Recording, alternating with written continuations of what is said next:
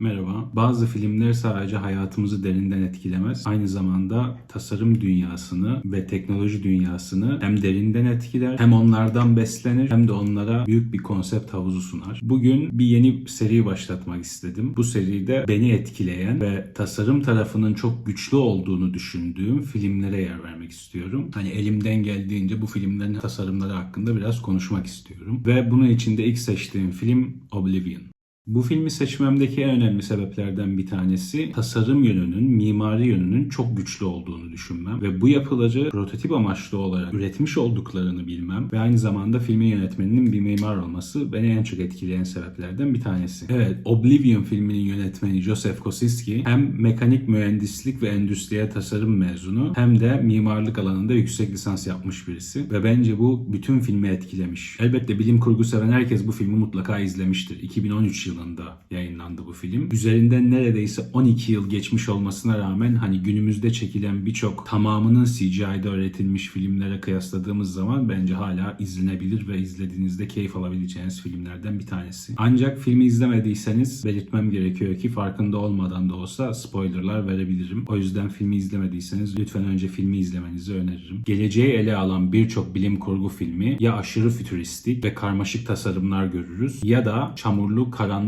karamsar bir distopya. Bu filmin konusu da her ne kadar karanlık ve iç karartıcı olsa da Kosinski mimar kimliğini kullanarak ve aynı zamanda prodüksiyon tasarımcısı Daring Dilford ile birlikte çalışarak filmin tasarım felsefesini Beautiful Desolation olarak adlandırıyorlar. Yani güzel harabe olarak Türkçe'ye çevirebiliriz bunu. Amaç doğa fotoğrafçısının karelerinden çıkmış kadar güzel gözüken temiz bir görüntüye ulaşmak. Tüm setler ve objeler karmaşık olmayan basit geometrik formlara dayanıyor. Tasarım dili TED ana bilgisayarının modern hassasiyetini yansıtacak şekilde işlevsellik ve minimalizmi vurguluyor. Gökyüzü Kulesi yani Sky Tower olarak adlandırılan bu yapı filmin tasarım felsefesinin kalbi. Tamamen şeffaf, bulutların üzerinde yüzen bir yapı. Jack ve Vicky dünya yüzeyinde radyoaktif tehlike ve uzaylıların aktif saldırılarının olduğuna inanıyor. Bu nedenle de dünya yüzeyi tehlikeli olarak konumlandırılmış. Sky Tower ise gökyüzünde bulunmasının sebebi onları aslında dünyadan izole etmek. Şeffaf bir akvaryumun içindesiniz gibi bir hissiyat uyandırılmaya çalışılıyor. Yani burası güvenli ve buranın dışında hayat yok. Bu Sky Tower'la ilgili yönetmen Kosinski, John Lautner'in mimari tasarım yapılarından etkilendiğini ve onun eserlerinden ilham aldığını zaten belirtiyor. Çekimleri yapmak için bu mimari yapıyı bir setin içerisine gerçek anlamda inşa ediyorlar. Ve camların arkasında görmüş olduğumuz işte bulutlar olsun, yağmur vesaire gibi gökyüzü ifadelerini alabilmek için bir yeşil perde kullanmak yerine ekran kullanılıyor. Yani işte 14K görüntü verebilecek kalitede çok ciddi büyük ekranların kullanıldığını, bu sayede de cama yansımaların vurmasını istediğini söylüyorlar. Bu gerçekçi efekti hani CGI ile yakalamak yerine insanların hem daha iyi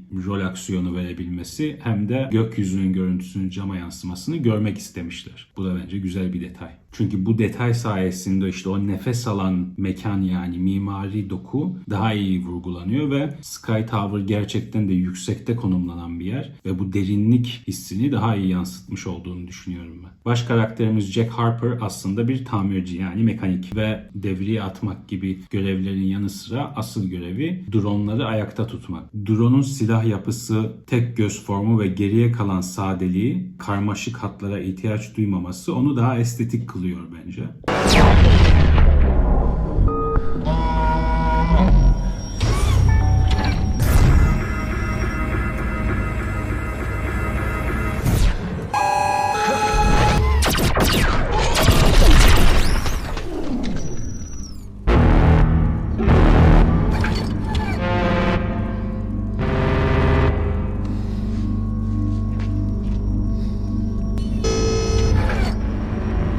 Jack Harper, Tech 49.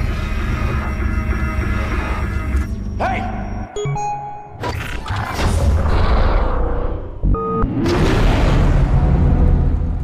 Burada hani objeye verilen seslerin de aslında ne kadar değerli ve özel olduğunu görebiliyoruz ki tasarımı bir anda nasıl değiştirdiğini, etkiyi bir anda nasıl değiştirdiğini aslında ses tasarımıyla da vurgulamış oluyorlar. O beyaz dokusuna baktığınız zaman hani kırmızı gözü olmasa hiç de öyle korkutucu duran bir obje değil. Ama işte o çıkarmış olduğu seslerle bir anda hani kendini gerçekten güçlü ve ben burayı savunuyorum, buranın sahibiyim hissiyatını veriyor. Bu bağlamda da gerçekten sadece ürün tasarımı değil, ürüne uygulanan o ses tasarımı da bence çok önemli. Bu dronları tamir etmeye gitmek için de kullanılan bir araç var. Bu araçlardan bir tanesi de Bubble Ship. Bubble Ship aslında balon gemi Türkçe karşılığı. Simon bu helikopteri tasarlarken de Bell 47 adında bir helikopter var. Onun o cam kafes yapısından yani şeffaf dış yüzeyinden etkileniyor ve o tasarımı aslında gerçekten de bir anda bambaşka modernlikte helikopter ve dronevari bir cihaza eviriyor. Ve bu Bubble Ship'in de prototipini yapabilmek için Tom Cruise'un vücut ölçülerine uygun olacak şekilde tasarlanmışlar. Diğer etkilendiğim objelerden bir tanesi ise Tom Cruise'un kullandığı motosiklet. Yani bir motosiklet tutkunu olarak açıkçası bu katlanan motosikleti gördüğümde bundan kesinlikle ihtiyacım var ve bir tane arabama istiyorum demiştim.